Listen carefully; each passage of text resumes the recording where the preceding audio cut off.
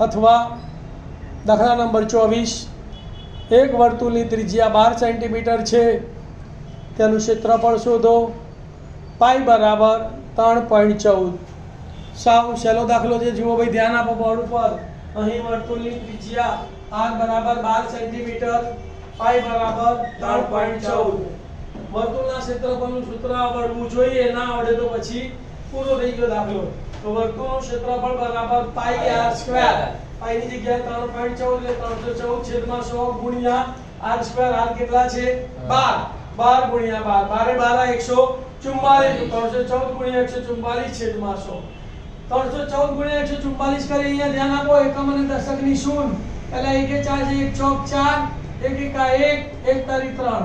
પછી એકમની શૂન્ય, ચોખ્ખું ચોખ્ખું 16 નો છગડો વધી પડી 1, 4 એકા 4 ને 1 5 અને 4 તારીને 12. 1256 ફરી 4 વડે 1256 આવશે.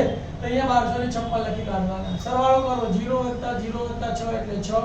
6 × 5 11 નો એકડો વધી પડી 1, 4 ને 1 5 ને 5 10 ને 12 નો બગડો વધી પડી 1, 1 ને 1 2, 2 ને 2 4 ને 1 5, 3 ને 1 4.